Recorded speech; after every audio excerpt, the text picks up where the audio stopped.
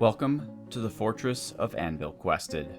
Ladies and gentlemen, I'm Marcus Aurelius, and this, of course, is Dwarf Fortress 2014 edition. And we have reached a new year. It is the 18th day of the 159th year. This is the 9th year of Anvilquested, or actually it's the start of the 10th year. So after this year, we should be ready to proceed with our great plan. Not much is going on in terms of attacks or anything, but I wanted to record this episode because there's a lot that's been going on inside the fortress, and I wanted to show it all to you. So first of all, let's profile a dwarf. By the way, we have 207 dwarves now, named dwarves. Now the reason why there's only 200 dwarves in the fort, but we have 207 named dwarves, is that some of the dwarves, of course, have died. And so I put them on the list separately when they come back. But let's introduce some of our new dwarves first. We have Danaki, or Naki, if the D is silent. I don't know if I can pronounce this one correctly. It's Dianikes Erodius. That's one name, Dianikes Erodius. Halieth, Laf, or Laugh, I guess.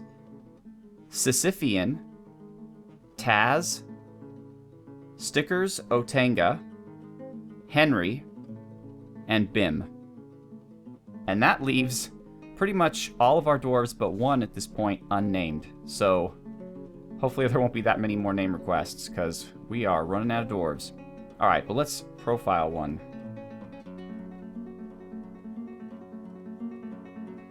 $157. 157 is Blood Rune the Second, and I believe that one is alive. Let's see. Alright, so search. Yes, Blood Rune the Second is currently constructing a building.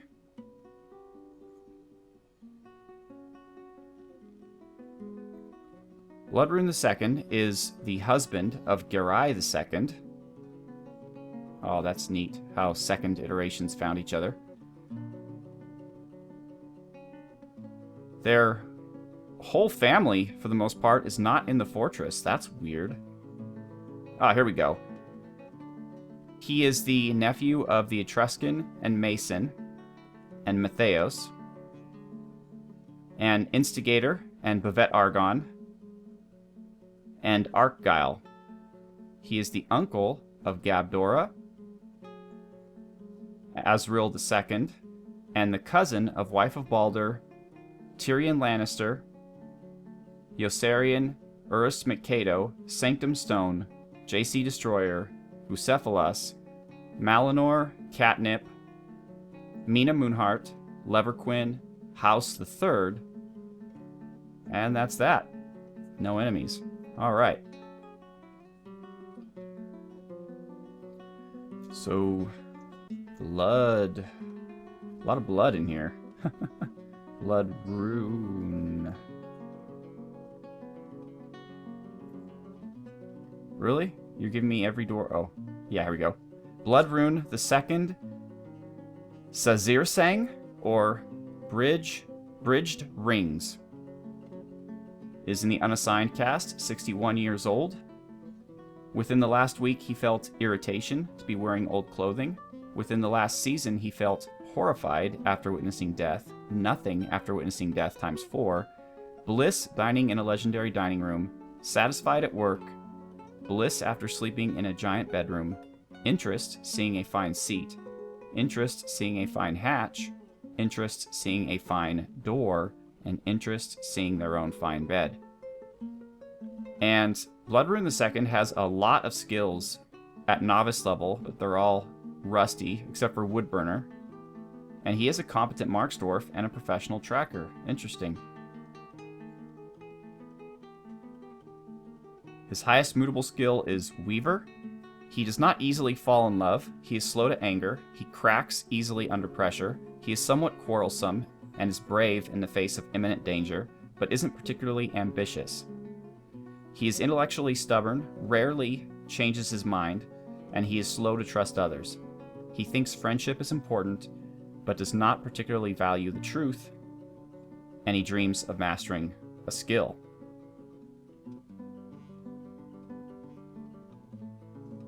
His quote is, "I'm sleepy. It's irritating." Yes, yes it is. He is clean shaven. He is scrawny. His copper eyes are slightly sunken. His sideburns are clean shaven. His very long mustache is neatly combed. His very long beard is braided. His hair is clean shaven. His nose is somewhat narrow. His hair is chestnut. His skin is copper. He is almost never sick, but he is weak and quite clumsy. Blood Rune II, Sazir Sang, likes orthoclase, black bronze, smoky quartz, the color flax, buckets, dogs for their loyalty, and mongoose men for their agility. When possible, he prefers to consume orca and hard wheat beer. He absolutely detests brown recluse spiders. So that is Blood Rune II. Now I've got a couple things to show you guys. Hammurabi. Are you here, Hammurabi? Hammurabi. He's in an individual combat drill or resting. One or the other. He's not sure which. He named something. Ah, here we are. He named Togum Ning, or Verse Burned, a silver warhammer. And then we have Blunderbuss. Blunderbuss named Thekut Canis, the Book of Meadows. No, we've already gone over that. It's a Willow Shield. But he also named Gamil Gast, the Trust of Cleaving, a silver warhammer. Probably would have been a better name for an axe, maybe a sword. Warhammer? Well, I don't know. Then we have Mr. Catnip, or Mrs. Catnip. And Catnip is an individual combat drill. Catnip named a Hazelwood Shield. I'm not even going to try to pronounce the Dwarven version, but it's Rule Seed, the Blizzard of Peaking. And then we had a lot of naming for some reason. Then we had Mr. Frodo, who was also in an individual combat drill. Mr. Frodo named... What's all this stuff he has on him? Coating or Mr. Frodo something. Interesting. Won't let me look at it. But he named his steel battle axe Endoclaz, or Attic Scaled. And then finally, Oscar Benitez, who's sparring currently, named... You remember now, Illinast is the artifact he's wearing.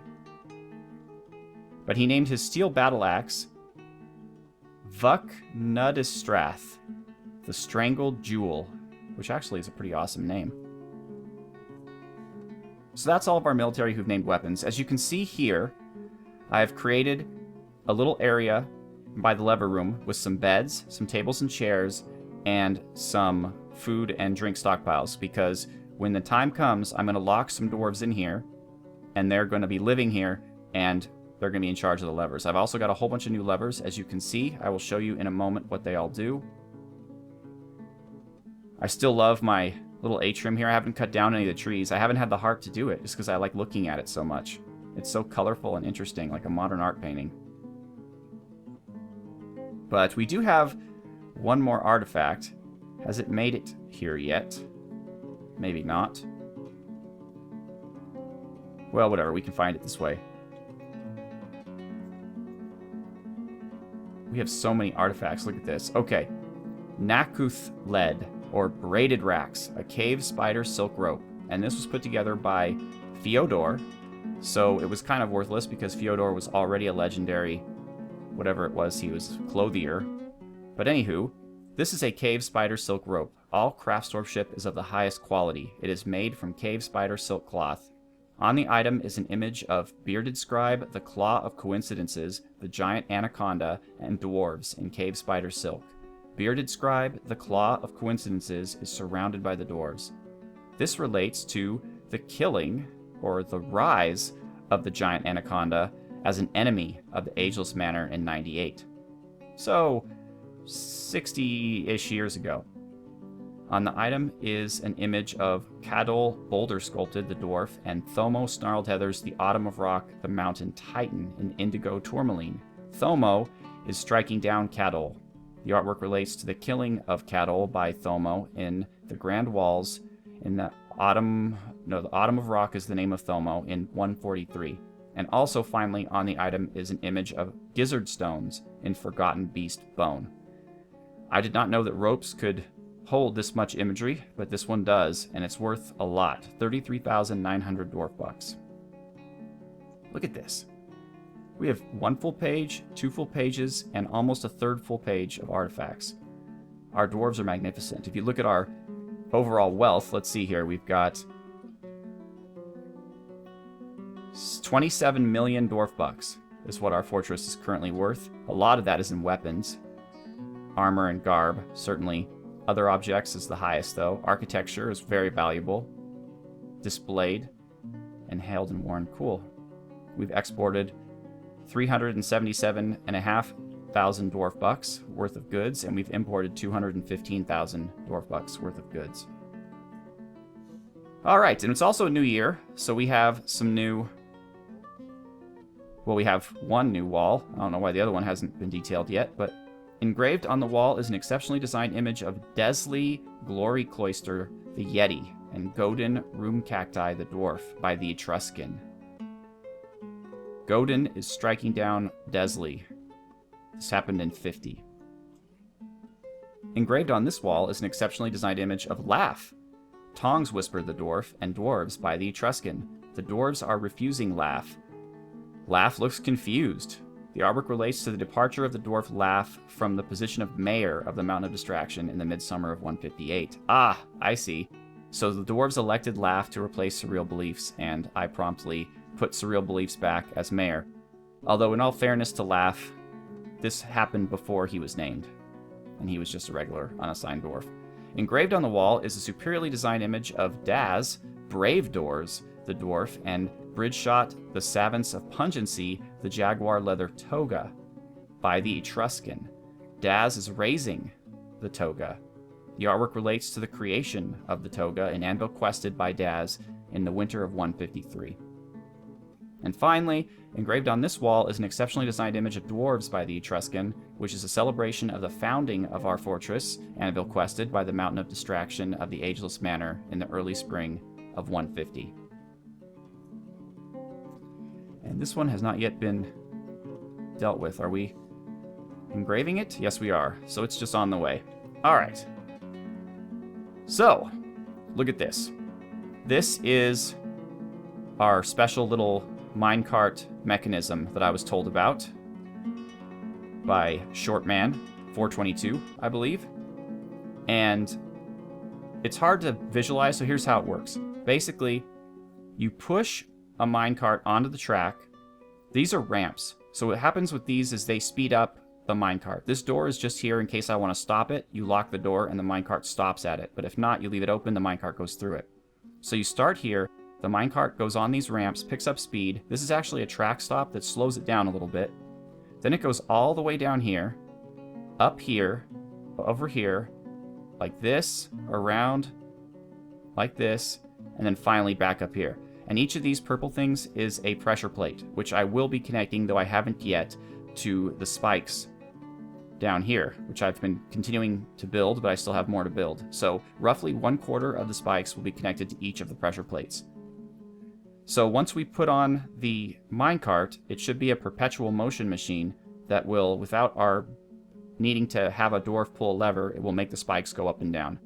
And it's been tested, at least in the Dwarf Fortress forums, such that the amount of time it takes the minecart to make one full revolution is the amount of time, a little bit longer than the maximum amount of time it takes to reset the spikes. So it's perfectly timed.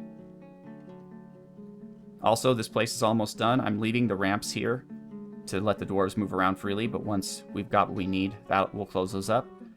These 3 floors that are going to collapse, they've all been completely channeled out, and I've walled off the area. I haven't yet removed the support pillars, but these pillars have already been assigned to levers.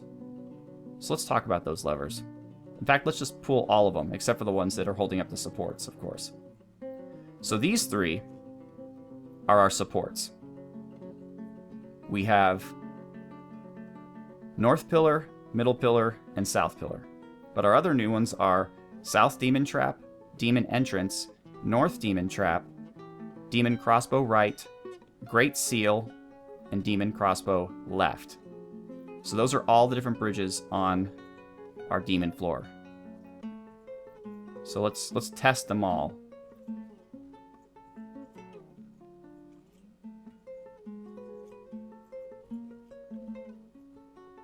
Hopefully there aren't any dwarves down there about to get killed. Okay. So first of all, let's watch this. This is fun to watch.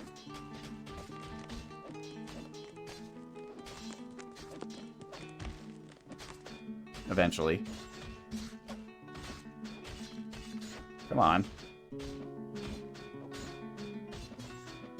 Boom, look at that. The Great Seal of Anvilquested, all closed up. Although if there are demons attacking us right now, that would have been kind of long. Okay, both of these bridges have been pulled up, so they both work. That's crossbow left and crossbow right. Both of these bridges have been pulled up. That's Demon Trap North and Demon Trap South. And this bridge has been pulled up, which is Entrance. Demon Entrance. So, all these bridges, by the way, are made out of steel, and the levers are connected to them using chert mechanisms. Chert is a magma-safe material, so these should not be in any way destroyed by the demons, unless the demons are standing on top of them, I guess, when you want to put them up. So, all we have left to do is put more spike traps here in this hallway and then connect all the spike traps, which is going to be a big pain in the butt. Connect all the spike traps to the pressure plates here. Get that started. At that point, we're ready to go. We just have to put a fortification here and here. This is going to be a stockpile for steel bolts.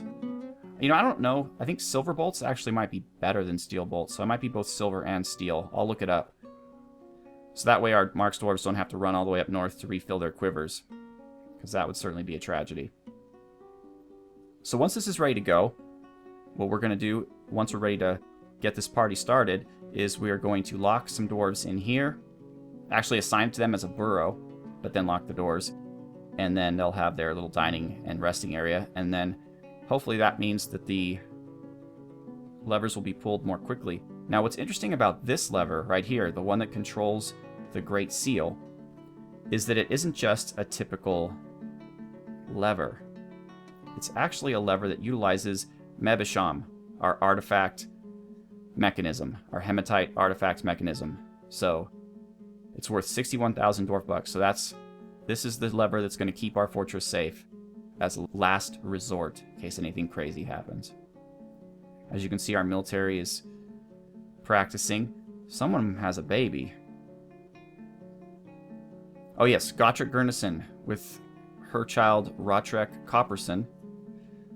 Well, I assume at the end, if the demons make it as far as our melee dwarves and kill everybody, then Rotrek will go down with his mom.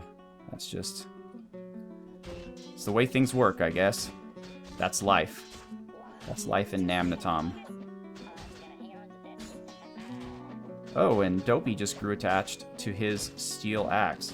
You know what would be fun to do before we end the episode is to take a look at our military in general and see how they've improved. Let's read our dwarves. Let's go military. You know, and I haven't had a appendix episode in a while. I might do one of those, but okay. So, okay, we have Gordosh's gorillas. They're all level 20. Well, no. Tyrion Lannister's 19. They're slowly getting some armor use, and not shield use, though, very much. Bumshapes isn't gaining any armor or shield use, although strangely, well, discipline and dodging is getting really good. So I guess when they train, they dodge, but they don't necessarily utilize their armor and shield. But they are excellent marks dwarves, and they're not going to be really fighting in melee, so I'm not too concerned about it, whether or not they're good at dodging or armor or whatnot. Then we have Oscar, Throsil, and Bavette.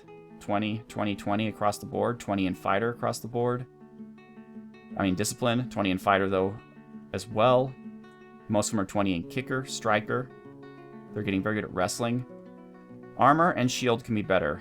Most of them are 20. Actually, all of them are 20 at shield, but armor, Oscar's team is the strongest in that because they've been practicing the longest. And that's about that. So then, after that, we have Elena Blades and the Awesome Possums and Deramos's Destroyers. Elena Blades are all masters at spear or swords. Discipline, fighter, and shield. Decent in armor, I guess. The Possums are getting there. Lady Awesomeness is a legend, as are Dopey and Steingrim with spears. Tim Tebow is a legendary hammer dwarf. Haunter and Cameron are getting there. Dwarf Comic is almost a legendary swords dwarf. Sheridan Carbuckle's getting there. Remember now, she's the mother of our Duchess. And Yeens Beans is a Grandmaster Spear Dwarf, almost a legend. They're all pretty good at fighting in general, though. And none of them are at 20 yet in terms of shield use, but they're getting there. So then we have Deramos and McWinfield, our new Marks Dwarf squads. Even with the Forgotten Beast and constant practicing, none of them are yet even at 10 in Marks Dwarf, but they're getting there.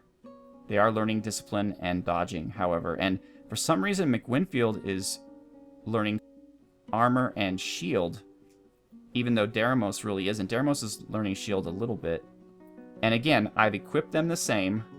I've set them up. Everything is the same. So I have no idea why this is happening, but it doesn't, again, really matter to me because they will not be engaging the enemy in melee. They're going to be shooting. So what I really want is to get this number here to 20 as soon as possible before things happen.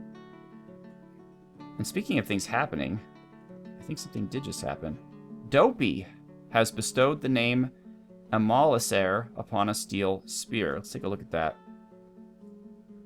Where are you, Dopey? There's Dopey. All right. Amalasair, which is Dwarven for Sense Glitter, a steel spear. Oh, interesting. This is a steel spear that was used by Silverhaze, who used to be the old captain of the squad. It had 2 kills on it, a goblin and a troglodyte, that were killed by Silverhaze, but Silverhaze didn't name it. Now, Dopey has named it in his stead, in memory of Silverhaze, or her stead. I forget what gender Silverhaze was. But there you have it, ladies and gentlemen. Once again, I am Marcus Aurelius. Thank you so much for watching. Have a good one.